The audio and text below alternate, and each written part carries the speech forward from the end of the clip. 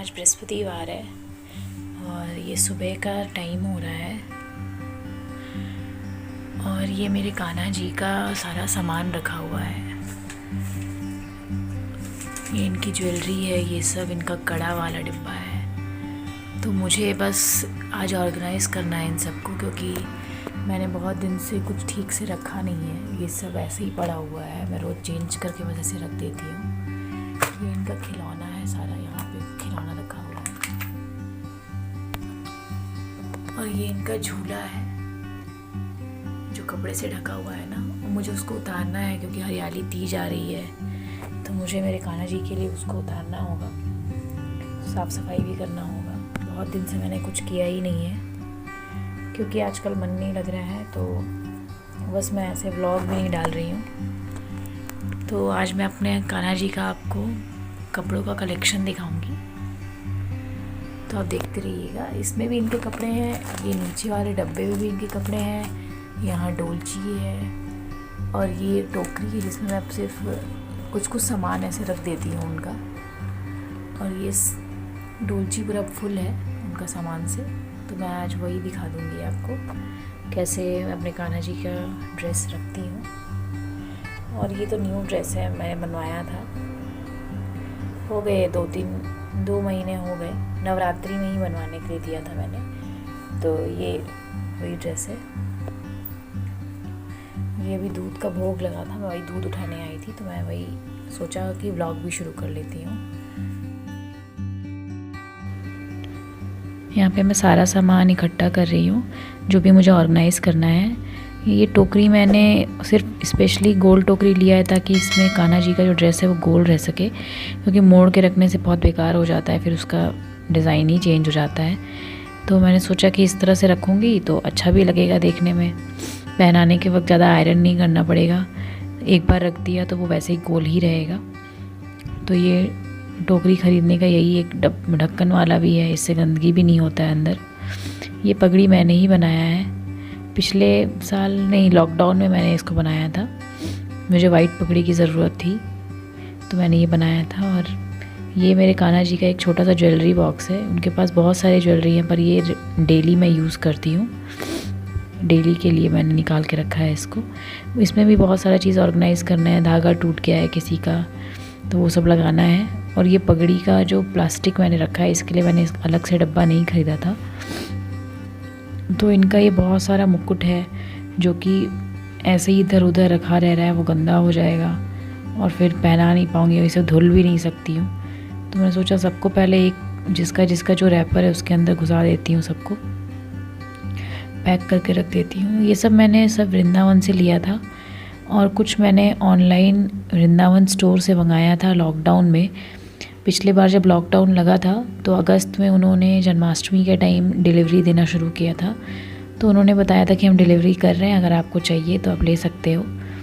तो मैंने पिछले बार जन्माष्टमी के आसपास मंगाया था। ये उन्हीं के शॉप का मुकुट भी है, बहुत सुंदर है। मैंने ये पहनाया था उनको पिछली बार जन्माष्टमी में।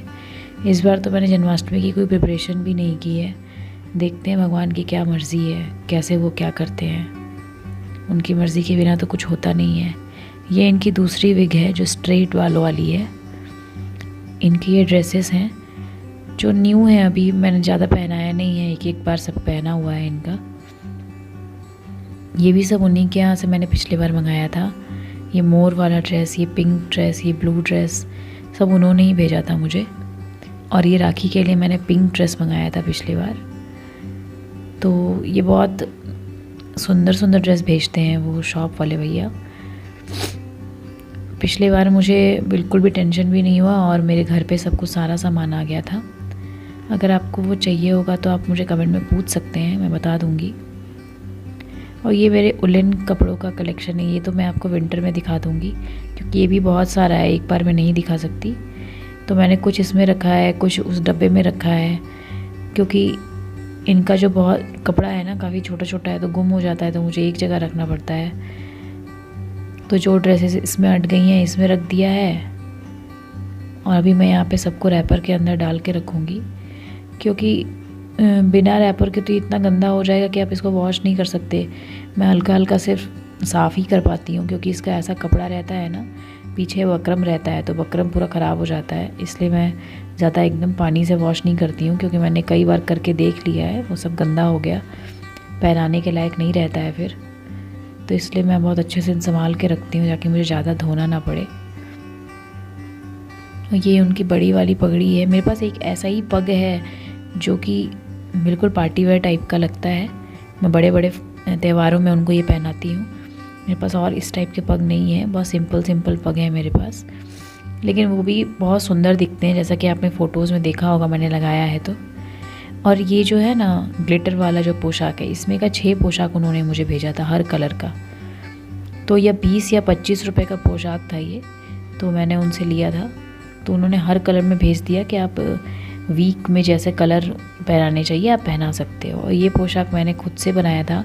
ब्रोकेट का कपड़ा मैंने फ़्लिपकार्ट से मंगा करके, इसको ब्लाउज़ का कपड़ा मंगा करके मैंने खुद से अपने हाथों से सिला है इसको। ये मशीनी सिलाई नहीं है, मैंने खुद से इसको अपने हाथ से बनाया है और ये काफ़ी सुंदर बना है। इसको भी मैंने पिछले साल जन्माष्टमी पे, नहीं 2020 में जन्माष्टमी पे मैंने इसको बनाया था अपने हाथों से, क्योंकि मुझे लगता है कि अपने हाथ से पहनाना ज़्यादा अच्छा रहता है। पर मैं इतना बना नहीं पाती हूँ, मेरे को सर में दर्द हो जाता है, माइग्रेन की प्रॉब्लम है। तो फिर भी मैं बहुत कुछ बना लेती हूँ उनके लिए। ये जितने भी आपने स्वेटर अभी देखे ना वुलेंस, सब मैंने अपने हाथों से बनाया है। अगर मुझे सर में दर्द नहीं होता तो मैं सब कुछ अपने से बनाती। ये भी मैंने खुद से बनाया है। ये मम्मी के पास गई थी जब, तो मैंने वहाँ सिलाई मशीन है, तो उनके सिलाई मशीन पे मैंने मम्मी से, मुझे सिलाई नहीं आती तो मैंने उनको बोला कि आप ही सिल दो। तो मेरी मम्मी के पास भी काना जी है, तो हम दोनों ने 2-2 सेट बनाया ताकि दोनों के लिए एक ही जैसे ड्रेसेस हो जाएं। तो उनके पास भी एकदम सेम टू सेम ड्रेसेस हैं। जो आप ड्रेसेस यहाँ देख रहे हो ना, बिल्कुल सेम ड्रेसेस वहाँ आपको मिल जाएंगे। कभी जाऊँगी तो मैं आपको ज़रूर दिखाऊँगी, क्योंकि हम वहाँ के कान्हा जी भी पता नहीं क्या है, वही सेम ड्रेस मंगाते हैं हमेशा। जब मैं अपने कान्हा जी के लिए ख़रीदती हूँ, उनका भी ज़रूर आता है। ये इत्तेफाक है या फिर उनकी मर्ज़ी है, तो भगवान ही जाने। और अभी मैंने सारे ड्रेसेस को रख दिया है ऐसे, क्योंकि मैं रोज़ पहना रही हूँ ना, तो रोज़ वैसे ही रख दे रही हूँ। कुछ मन नहीं लगता आजकल करने में, तो मन की क्या बताऊँ, वैसे तो सिचुएशन कुछ ठीक नहीं है, तो फिर भी मैं कोशिश कर रही हूँ अपने आप को ठीक रखने का। ये जो पिंक ड्रेस मैंने बनाया ना, उसके लिए मैंने पगड़ी बनाई थी पिंक कलर की। ये बाजीराव पगड़ी इसको कहते हैं। तो इसका ट्यूटोरियल मैंने देखा था एक दिन, तो मैंने सोचा कि मैं बना लेती हूँ इसको, और बहुत सुंदर बना। और ये मेरे कान्हा जी की बांसुरी है, ये भी उन्हीं भैया ने भेजा था मुझे। तो एक बांसुरी शायद फ्री में दिया था उन्होंने, कि याद नहीं आ रहा है मुझे। तो 2 बांसुरी भेजी थी उन्होंने, एक पे राधे लिखा था, और एक पर उस पर भी राधे लिखा था, लेकिन ये बहुत सजा के लिखा हुआ था। तो एक ये मुझे बहुत सुंदर लगा, ये जो छोटा सा लटका रहता है ना मोती जैसा, वो मुझे बहुत सुंदर लग रहा था। तो ये मैं जन्माष्टमी पे, जैसे त्यौहार, बड़े बड़े त्यौहार आते हैं ना, उस पर मैं ये बांसुरी देती हूँ उनको। वैसे उनके पास बहुत सारी बांसुरी है। एक तो वो रोज़ लेके बैठते हैं, वो तो डेली वाली है, वो भी काफ़ी सुंदर है। उनके पास बहुत सारी बांसुरी थी, कुछ टूट गया, कुछ कलर छूट गया, तो मैं यूज़ नहीं करती हूँ, क्योंकि कलर छूट जाता है तो मुझे अच्छा नहीं लगता है मेरे कान्हा जी इसको यूज़ करें। तो मैं कोशिश करती हूँ कि उनके पास ऐसा चीज़ रहे जो उनको अच्छा लगे देखने में। और सारा चीज़ मैंने ऑर्गेनाइज़ करके रख दिया है। आपको मैं किसी दिन पूरा अच्छे से दिखाऊंगी। बहुत सारा इनका कपड़ा है और रखने की जगह नहीं है मेरे पास। और ये एक नेट का मैंने पोशाक बनाया था बहुत पहले, मुझे लग रहा है 2018 में, हाँ बनाया था मैंने इसको। और ये आज भी बिल्कुल वैसा ही इतना सुंदर है, क्योंकि घर में जो पोशाक बनता है उस बहुत लाइफ होता है उसका।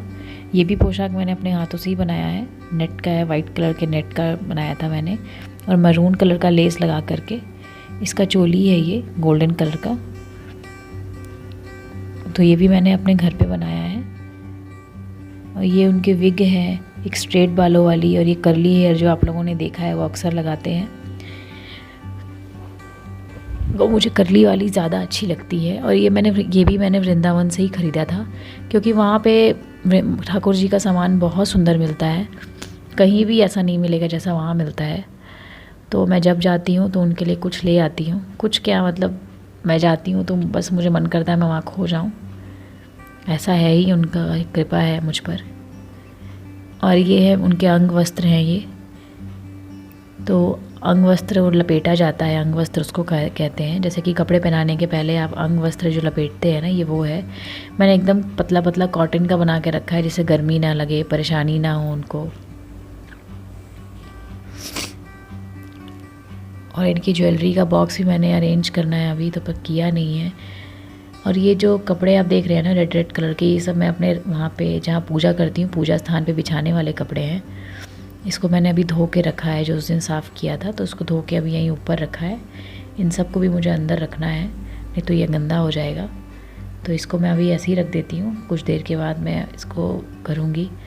और मैं जिस दिन साफ़ सफाई करती हूँ, कोशिश करती हूँ कि उस दिन व्रत हो मेरा, क्योंकि नमक ना छूना पड़े, कपड़े गंदे ना हों, तो इसीलिए मैं व्रत वाले दिन ही उनकी सब सफाई करती हूँ, ऑर्गेनाइज़ करती हूँ।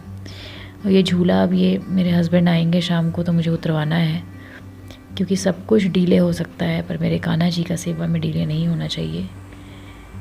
Thanks for watching. वीडियो पसंद आए तो सब्सक्राइब